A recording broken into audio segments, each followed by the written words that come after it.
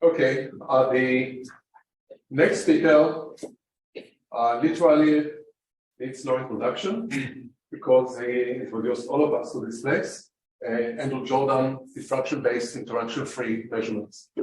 Okay, thank you, Yuval. So I'm just so delighted to have you all here. It's been so much fun to have many of my favorite people in one room talking physics together, which is my favorite thing to do. So I'm having a great time. Again, big thanks to Sarah for helping with everything. So really grateful to you, Sarah. And I also want a very special.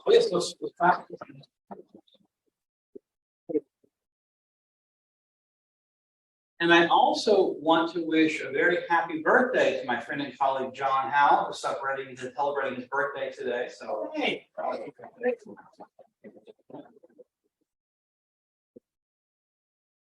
Okay, so I wanted to bounce off of a few of the earlier talks in the session. So I was really complimented in Mark Kasovich's talk that he mentioned this work I'm going to tell you about today.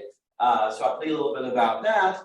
And I was also really happy that he talked about some other things that you might not call interaction-free measurements, but I think if you turn your head a little bit and look at them the right way, they are.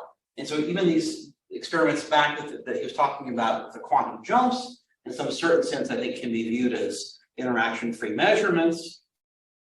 And I think that I'm also thinking about these Yuval Evans talk, and he was mentioning the fact that if you can remove some states from your system by looking at them and saying that that part was not there, in some sense that is also create interaction between dynamics and other substates, even though it doesn't have a locality that localized in that from my memory called this interaction. So the topic of my talk today is this diffraction-based interaction-free measure. And this topic began when I think I was sitting with Jeff and Yakir, I think it was at the APS Martian meeting in Los Angeles. And I think Yakir had spoken that day and we had a nice session. I think we went to have lunch together. And Yakir was talking about some ideas he thought would be interesting. And one of those he was very adamant mentioned was this idea of linking IFs to diffraction. And I thought that's a great idea. We should work on that. And so I'll tell you about what we found. So this is something that we published together with Spencer Rogers, who is a PhD student of mine who graduated this year. Also Cyril Delard, who is the former postdoc of mine. I'm happy to report he just got a job in France at the University of Lorraine in the town of Nancy. So happy for Cyril. He found a happy position. It's not an easy thing to do these days. All right.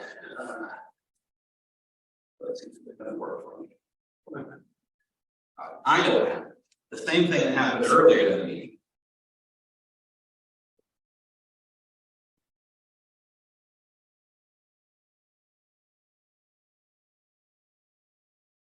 So I just had to agree to be recorded. That proves that I've been learning and adapt my behavior to new challenges. All right, so I want to begin by first plugging a book that I've written. This is a book I've been working on for the past 3 years or so together with my co-author, Irfan Siddiqui. And the title of the book is Quantum Measurement, Theory and Practice. And so I'm happy to say it does have things like weak measurements and weak values in the book, but also lots of other things. And if you want to know what other things are in the book, don't worry, I'll tell you. This is the subject flow of the book. So we divide it in terms of the fundamental principles, advanced topics and applications and implementations. So we start with basic ideas that are in most textbooks. So we talk about how to do generalized measurements, quantum Bayes rule, weak measurements, weak values. If you'll be glad to know that's in the fundamental principles section of the book.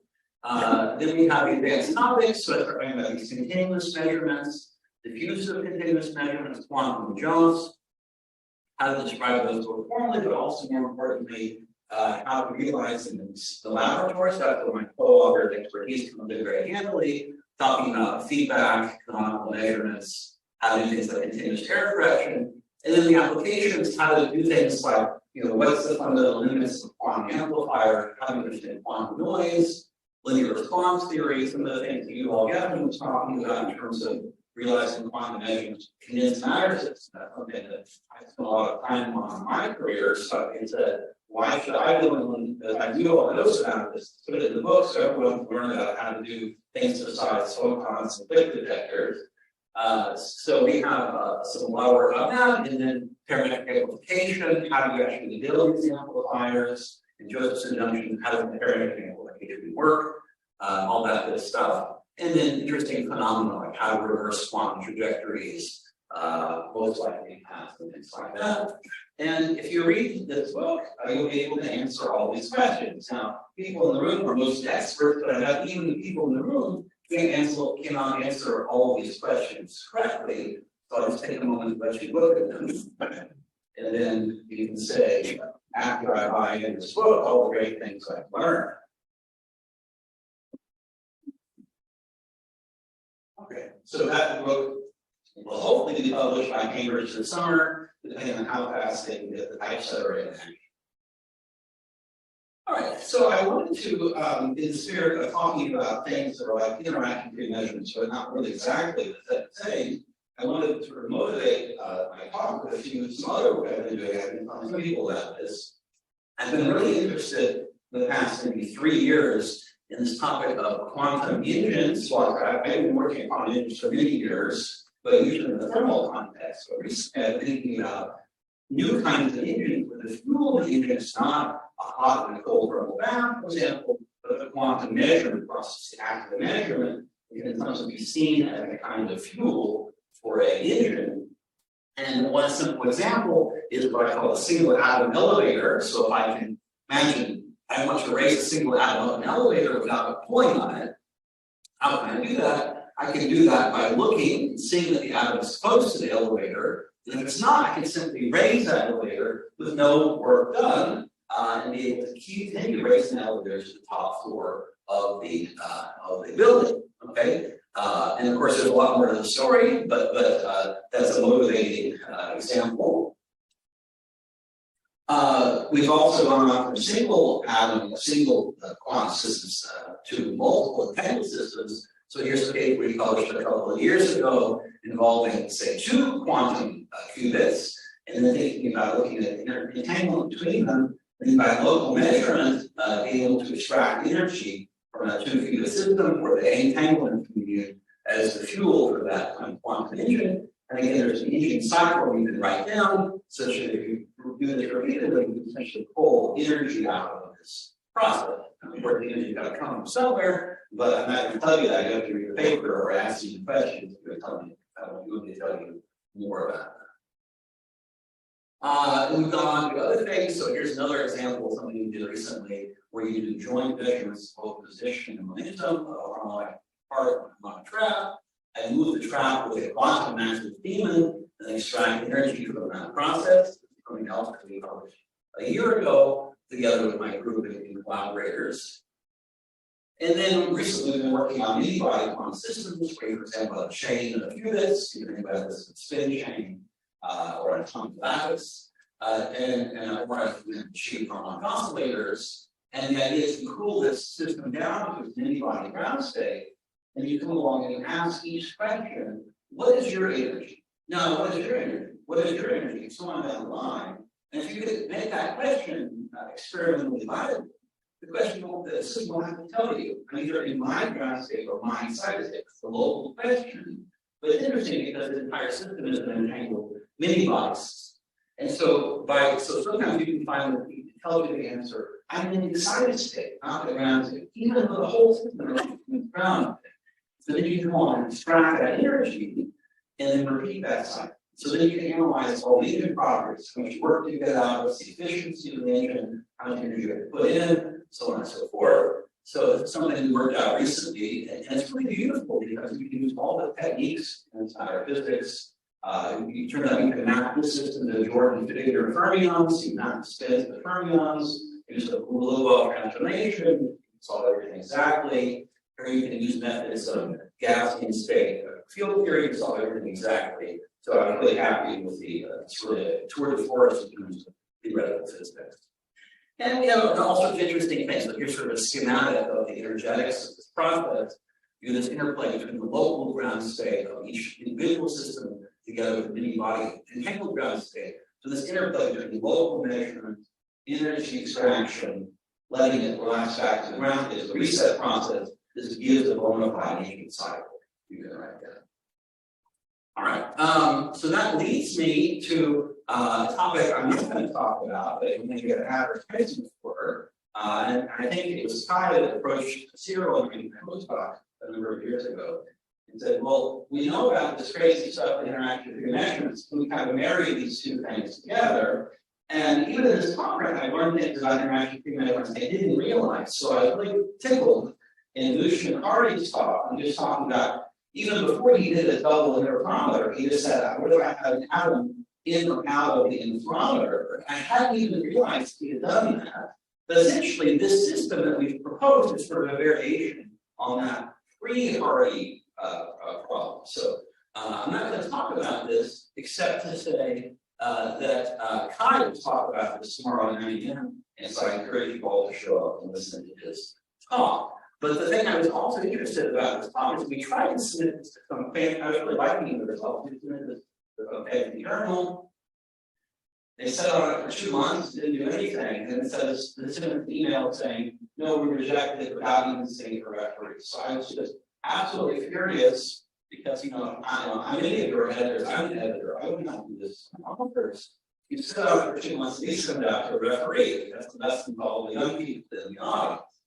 But we sent it to, we were inspired by Lev and Bobby, so we sent the Foundations of Physics.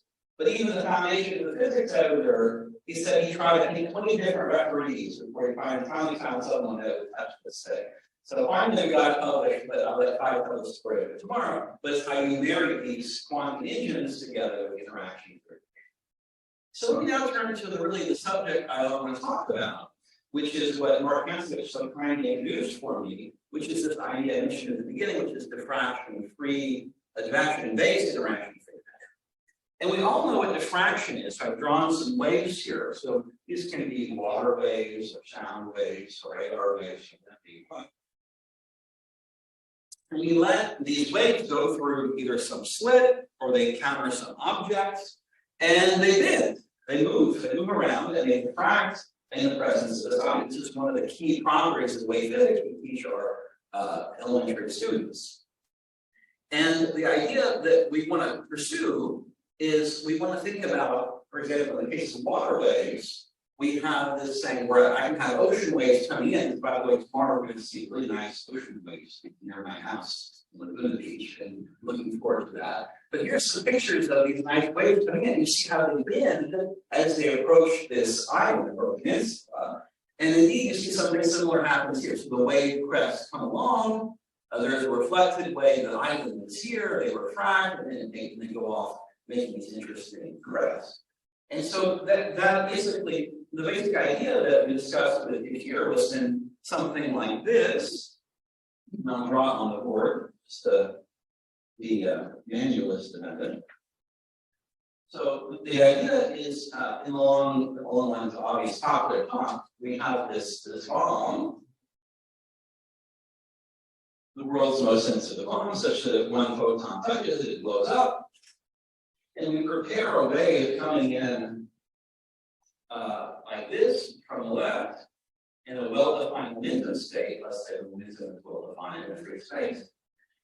And we put one photon or one electron, whatever millimeter particle we like, in this wave. And then we let it pass the bomb. As soon as the bomb doesn't blow up, we can look at what happens to this wave over here. And sometimes the particle is going like this, but very often the particle is going like this or like this. And so if I go far enough away, I can find a particle, say, way down here. And that would be very unlikely if I had a relatively localized wave that was going like this. And so the idea was simply that if the bomb doesn't explode, the particle could not have touched it, but by not touching it, it gets disturbed. And that disturbance we can then sense, for example, by measuring this very unlikely event and deducing the presence of the bomb. So that, in a nutshell, is the idea behind the paper. So what we're going to do is we're going to take these nice water waves in the ocean and make that bomb explosive, so that I put one quantum of ocean wave, which I call a hydron, into that wave. We turn the island into a bomb and try to then detect the bomb island without blowing it up. That's the idea by seeing this very strange water wave of the hydron being way down here. Okay, so in order to actually do some kind of calculation, make this a bit more tangible and predictive, we're going to have a very, very conceptually simple setup. We simply have one slit, like the kind I was talking about before. This will be a single slit problem that we teach our undergraduate physics. And I either have this slit empty, or I can put a bomb inside that slit. So that's the idea. And our task is to say whether the bomb is in the slit or not in the slit. Okay. And we're going to do this in an interaction-free way, not in the sense that we have this sort of non-locality story, but we know that if the photon touches the bomb blows up. I'll make that statement precise here. Okay, so this is the idea. We send in light. Can we detect the bomb without setting it off? Now, since everyone here has had to already sit for a day and a half of talks in this conference, you know that by now very well what the Ellis-Zinker vitamin bomb tester is in the very simple case of the Mach-Zinker, where if I have a two-unit from with the photon emitted from the source, always goes to this detector, whereas if I have a bomb, a blockage, where I know that the photon is not there, sometimes we get a click in the dark port, and that is a signature of the bomb being there without blowing the bomb. But of course, there's also the possibility you can get this right port firing, in which case you're not sure, there's ambiguity, and that ambiguity will come back later in the talk. Or of course, you could also get it blown out. Okay, so we're looking for the dark, which is impossible without the bomb, given the setup that I explained to you. All right, so we're going to do ask the same kind of question. What about this scenario? So what are the similarities or the differences? So one of the differences is that we don't have these two different paths, but we have something kind of like it. So we draw an analogy. And the analogy is that if this is a situation without the bomb, this is a situation with the bomb, this is a kind of two analogous situation here. That there is a no bomb here, and then there's a bomb there. Now, let me try to think about how we can analyze this situation. And we're going to do that by thinking about the diffraction pattern. And if this is an empty slit, I'll get a single slit diffraction pattern here. But if I put a bomb here, guess what? And the bomb is to go off, I'll get a double slit interference pattern. So this is really nice. I'm somehow able to draw on my knowledge of freshman physics or something like that to do some really interesting calculation. Okay, so the question is, do we have dark ports? We wanted to see the firing of this dark port. What's the analog of the dark port in this problem? And the idea is that if this was the empty dark port here, we want to have light shining in the dark port there. We have something like this that happens in this problem. And the answer is yes to the first question, and also yes to the second question. So now it's more important, whereas here the dark port never clicks. Sometimes the dark port clicks, but something else happens in the double slit case.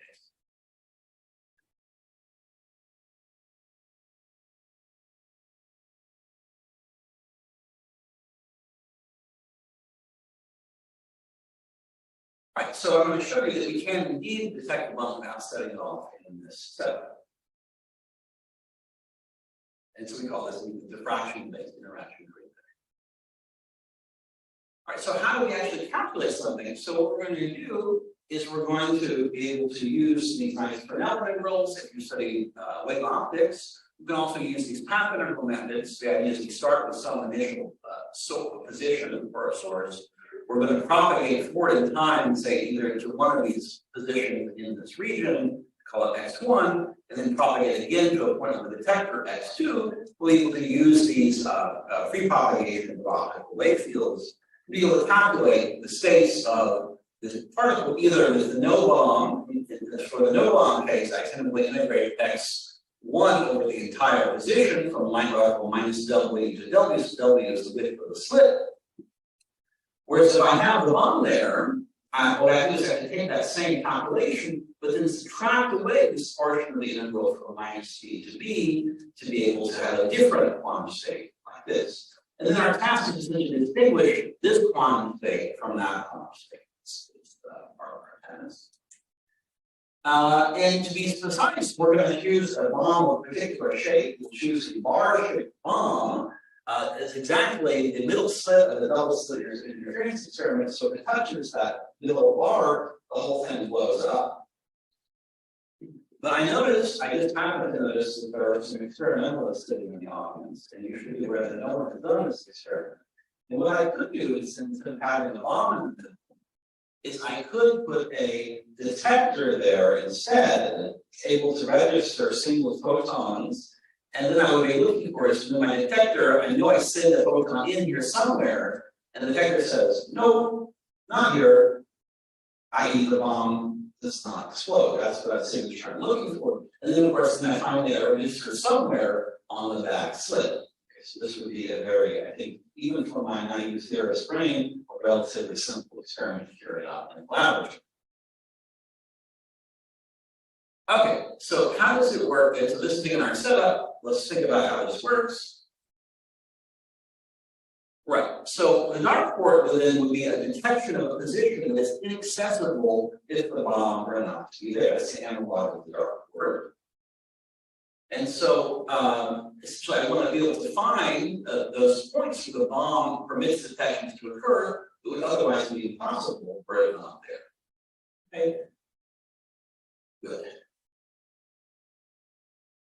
So how does this work? So what I'm going to do is just remind you, in case you've forgotten, what a single slit and double slit interference pattern look like. So without the bomb, i.e. single slit, is going to have a big lobe this is the center of the detection screen, and then it will fall off as a function of the distance on the detector screen. Whereas if the bomb is there, I have the two-slit interference experiment, although it will be reduced in intensity because of the fact that it doesn't all the way make it through. So I have this double that has other kind of fringes. And the thing I need to draw your attention to is the fact that if I get, say, one event, so my bomb doesn't blow up, and I register a photon at this point on the detector screen, I say, I found a photon, and I see that without the bomb, the amplitude is much, much higher than it would be with the bomb. And so if I were a betting man, I would say, no bomb there. Or it could land over here, and now I'd say, look, the curve with the bomb has higher amplitude than without the bomb. And so if I were a betting man, I'd say, the bomb is there. Or it could be over here. Both of them have a 0 at this point, so I sort of throw up my hand and say, I got no idea. I 50-50 on it. And so on and so forth. I can do that again. But look at this last one. This last one actually has a 0 without the bomb. So if I get it exactly that point, I know for sure, just like the Navi said, for sure there's got to be a bomb there. Okay, so if I get a node of that one curve, then I know it's got to be the other. Okay, so that's the kind of reason we're going to employ. And we can formalize this as a hypothesis testing problem. I have two hypotheses. The bomb is there, the bomb is not there. I get some data. I can ascribe probability distributions to the data. Then I can use Bayesian statistics to then rate my odds in systematic ways. So that's the strategy I'm going to employ. And of course, the other possibility is that the bomb explodes and this whole experiment is Wiley coyote means to do. All right, so let's go forward. So the dark points, if we really think of the dark points as being the points of certainty, there are only a few little points like that around here. And so most of the time, these don't happen. So these only happen occasionally, never precisely observed. But what I can do is I can use Bayes' rule, and I can say the probability that I get a position, if I get a position X, the probability that there's a bomb there, I can simply use Bayes' rule. So I take the probability that I would calculate it of X, given the knowledge that there's a bomb there, times the probability there's a bomb, depends on how malicious my experimental friend is, and then divided by the sum of these two different options and normalized in the usual way base. And so this is the kind of continuous analog of the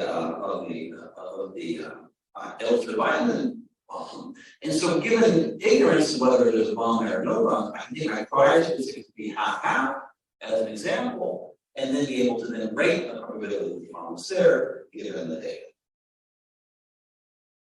Okay, so here's what it is. So given these curves, I can then calculate my posterior distribution as a function of position along this curve. And there is the curve that we calculated is. So this is 1, this is 0. And you see where the 0 is in one line versus the 0. So sometimes the probability of being a bomb, I have certainty, this curve goes to 0 here and here. Sometimes it goes to 1, say here and there, but then most of the time it's somewhere in between. Okay. So then given this knowledge, you can have some kind of decision protocol that you can put into place. You can say, if it exceeds, say, some threshold, I decide that I'm going to put my eggs in a basket and decide that counts as good enough for the bomb. Otherwise, if it's lower than a certain threshold, I must do that appropriately. Okay, so it turns out this is actually a relatively low efficiency technique. So if I put a really high threshold, I have to be above, say, I have to be above 99% confident, but I know for sure the bomb is there, then it turns out the efficiency is really low. It's only like 3%. Okay, so it's not very good. And then you might say, okay, well, but maybe you're just doing it wrong. Is there some clever way to improve that efficiency? And it turns out that one smart person might say, well, we know about optics. We've got some of the world's best people in optics in this room. What if you try something else? Do something more clever? What if I put a lens there? So instead of detecting my photon at a screen, let me put a lens there. So I go to the momentum space, and then I go to the detection. So I'm actually measuring momentum space instead of position space. And so I get some different set of curves, and I can use some different set of Bayesian statistics, and I can get some nominal improvement. But then that leads to the next question. So that's one possibility. But what is the best possibility? What is the best thing I could possibly do? So can we optimize now? And then we're going to optimize our choice basis. This is a little bit like in doing quantum measurements. If I want to distinguish optimally between two options, or if I'm doing quantum metrology, and I want to say what basis has the best revelation of information about a parameter I want to measure, I need to then choose the best basis for myself. And so I'll tell you how to do that. What is the optimal basis for this expedition problem? So here's the best idea. So the best idea is don't look on the screen. Look at the point of the optical problem right at the point position of the slits, for the slits are open or closed. So what we can do is that we can allow full quantumness allows for the measure of other observables. You can go ahead and principle that, maybe whatever you want. So I look at the wave function of the bomb on the slit. Right at the slit, I know that either pass through between where the slit open the bomb is there, can also pass through there. So it's 0 where the bomb is. And by the way, I'll tell you something more about how we're going to do this in a more general way. We say it's going to be 0 here, 1 there. What I can do is I can express that wave function of the bomb at that point on the slit as the wave function. There's no bomb, so the profile is just 1 over the course of the entire slit plus something else. And then something else is in something orthogonal. So it turns out that something else is something that has to have to go up, down, and then negative, like so, in order to make this combination. Okay, so that's the idea. And so what we want to do is we're going to be able to optimally distinguish this kind of state from that kind of state.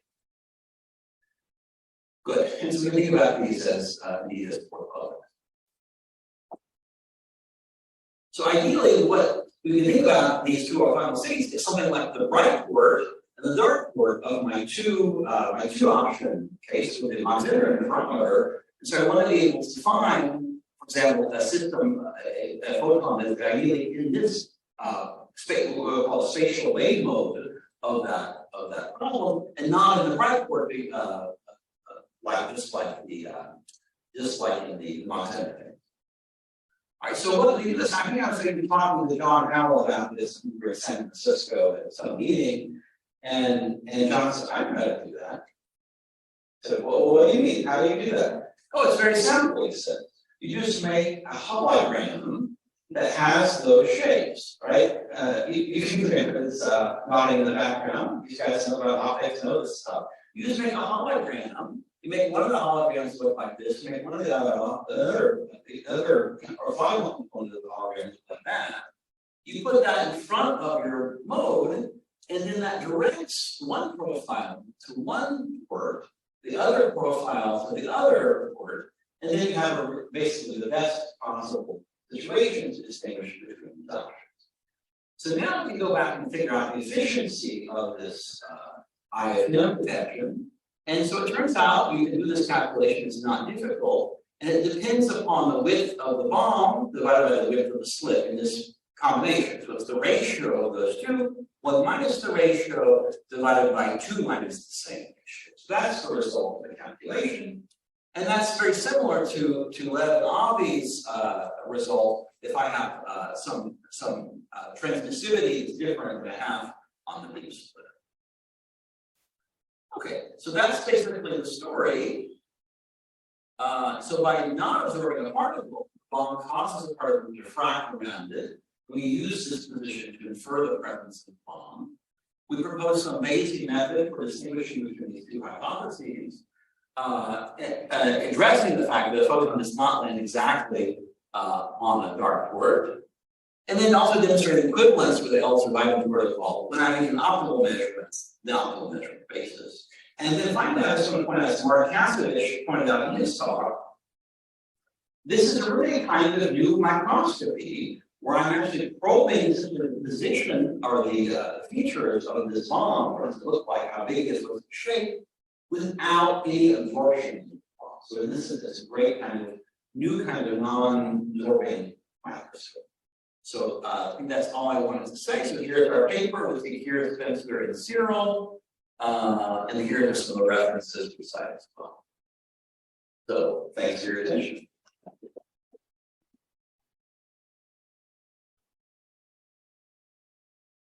Let me start with the first question. So when you have this diffraction without absorption, suppose you try to write the dynamics microscopically with the interaction Hamiltonian between the possibly absorbing the atom and the wave. Will you encounter second order terms, which will involve virtual processes where the bomb exploded and this exploded? Okay, I have a follow-up question. But yeah, thanks you all for the question. And indeed, there are all sorts of interesting effects. And so one question is, do you treat the bomb on the connector or not? And so one point related to your question is the fact that when, in this, for example, in this point, you see the photon way up here, it had a different momentum than when it started, right? So you can see what happened to the momentum. And so you do that as a kind of bomb undergoing a kind of recoil process. But indeed, in principle, you can have these kind of virtual effects you're talking about to be able to emit or irradiate. One of the things we tried to do to kind of omit that process is the way we solve the macroscopic physics. I didn't go into this, but I'll say a few words about it now. Is what we did is we solved the wave equation, but we put inside this medium, this bomb, an absorbing boundary condition. So whenever you have any portion of the wave function that comes into this region, it then gets absorbed away. Okay, so you can then partition the experiment by the wave at the end of the experiment and this absorbed wave.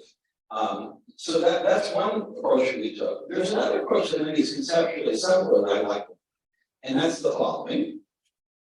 So when you solve this problem, what you can also do is, if I replace the bomb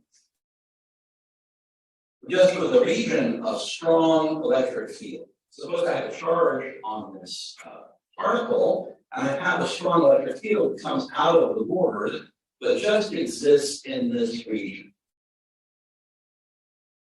Okay, then what you can do, you can also look at what happens not only in the plane, but out of the plane. So you can then basically take, if you think of an ensemble of events, or look at solve the wave propagation problem, you have a portion of the wave that stays in the plane, and a portion of the wave that's directed out of the plane.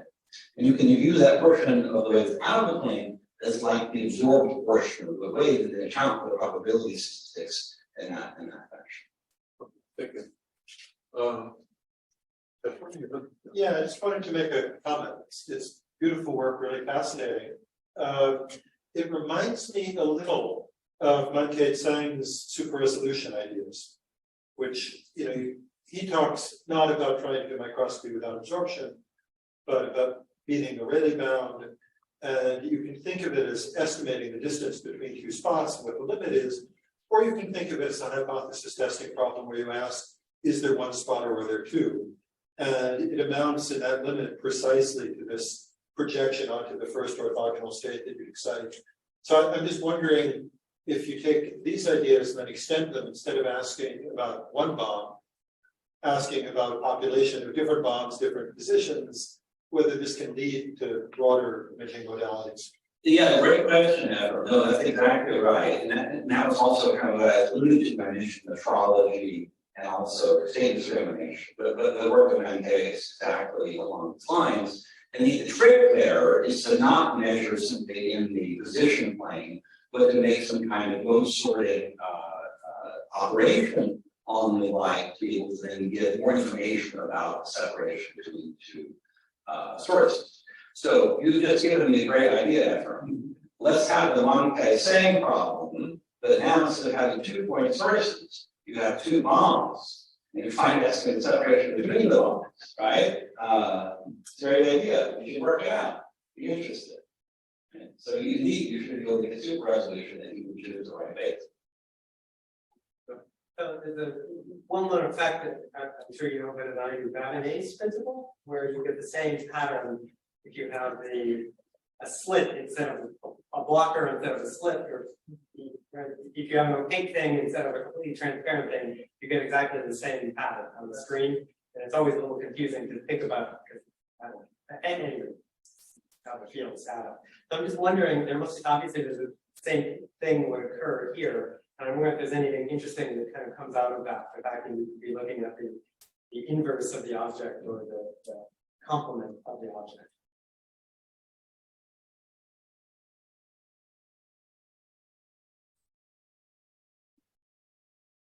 That's a great exercise. This is why, again, I love having smart people in the room, usually people that know about optics. So the immediate thing that came to my mind was either there's a bomb there or there's a bomb not there. That would be the flipping, the opaque versus non-opaque. But I think maybe a better way of saying it, so I go back to my slide.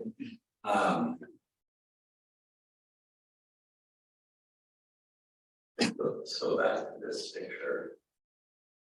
Yes, so basically you say, this is one option, and this is the other option. The complement of this would be, I have two bombs. A bomb is here and here. So this would basically be a single slit with bombs on either side of it. So then it would be impossible to put between that hypothesis and having the one bomb hypothesis. Well, that's true. They should get the same pattern on the screen. Yeah, so having the conclusion of the It's not quite the same because they add up to the single slit pattern. It's just the superposition of things. So there's no. No, they add up to the single slit pattern. They should add up to the. So I guess it's funny. I just wrote this stuff out here. You should all turn that off. So the sum of the two bomb case, the single bomb case, is just the open slit case. No. Whereas Ephraim's saying that just a plane wave coming in, right? Because the two things that you're considering are either having just this little space blocked or having everything, having a plane wave. Well, he wasn't considering everything. He was putting the bomb inside the slit. that's right. So let's go back. That slit at zeros. That's important. Otherwise, Let's go back to this picture. Right. So I think what Ephraim is saying is if I want the inverse of this situation, then I would make this, I would get away, I throw away this wall, I I throw in this wall, I throw in this bomb, then add walls here and here. So I just only have 2 little slits. I think that would be the inverse situation. Yeah, I guess what I'm saying is you can have the slits to begin with. You have 2 little lines. You have a plane wave and then you That's what I'm saying. That's my zeros. Right, he needs to have zeros in the no bomb case, so that the click tells you there's a bomb. If you get rid of the slit, there's zeros. Yeah. So yeah, you could have 2 bombs, right? 2 little bombs, and that's it. If you put it inside another parameter, then you can have destructive, right? You can have a reference being computed into the results. You can know how many bombs you have. Yeah, that's right. You can have a bomb counter without any. Yeah. Or you could have a bomb that is or isn't active, in which case, if it isn't there, it's actually like still something that can be diffracted around. Okay. You want to make the bomb 110. So you want to have the bomb itself in the proposal.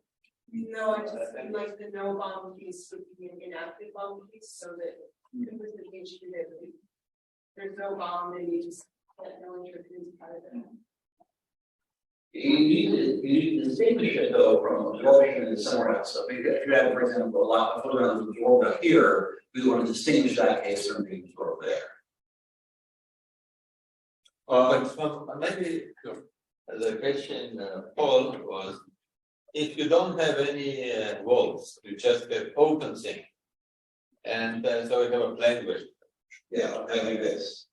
Yes. So this also you put a bomb, and this change pattern. Correct. So, but again, you want a situation that with the bomb you have. So now with the bomb there are places where it will be 0 intensity, and so in the moment you'll get a click, there is no bomb, something which is much more difficult to get. So it looks like you will achieve something. It's also true that after the lens, there'd be places with vanishing little intensity without the bomb. Not 0, but very small.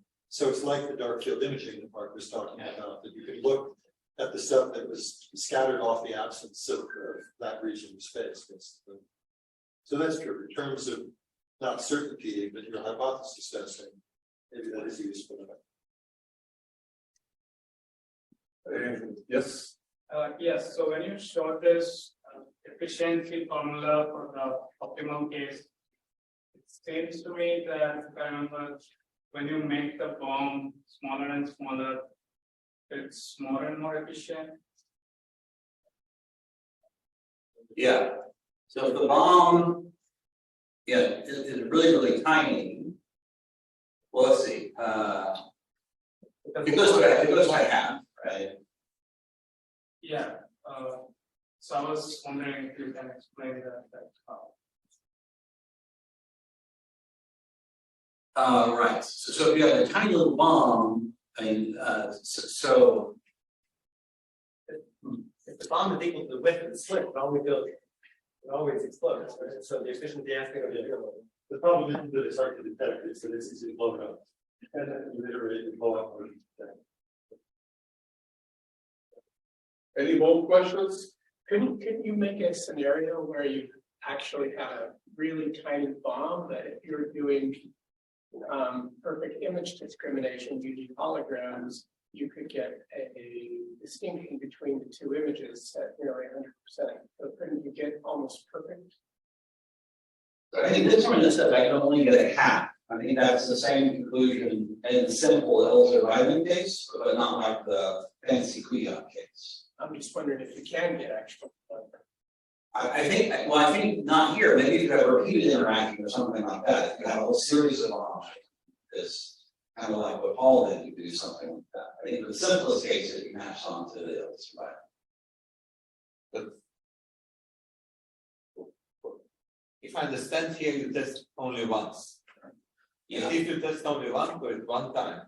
And then I think the maximal efficiency is just 1/4.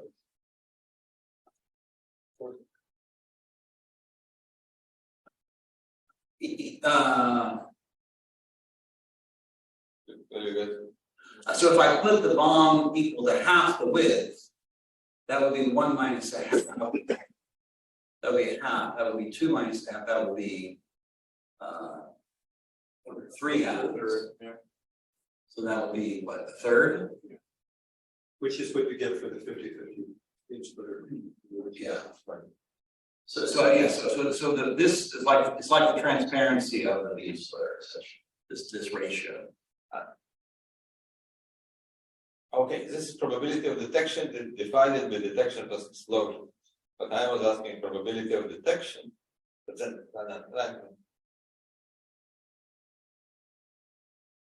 Right, so that's the detection plus explosion. yeah. But you could put this in a cavity, you do a multiple pass, again, like Mark's stuff. Exactly. No, but again, what bothers me, I want to say this quarter, and I don't see. Because I don't see that you're doing any repeated experiment. No, there's no repeating experiment.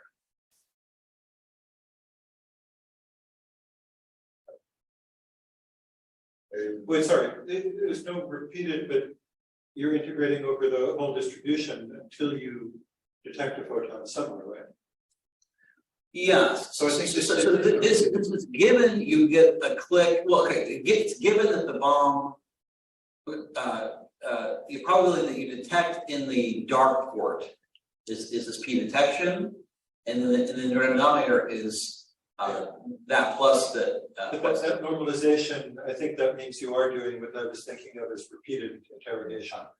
That's like the 1/3 limit for the other. I see. Okay. But also, in the original case, Max Zender, this is 1-0. Here it's not 1-0. It's not 1-0. So then it's hard to compare because really is the probability. To be sure, the probability is kind of 0. The measure of points where you have completely dark is 0. So That's what the mode slitter is doing here. This spatial slitter is like right in the dark. Okay, Andrew, thanks a lot. Okay.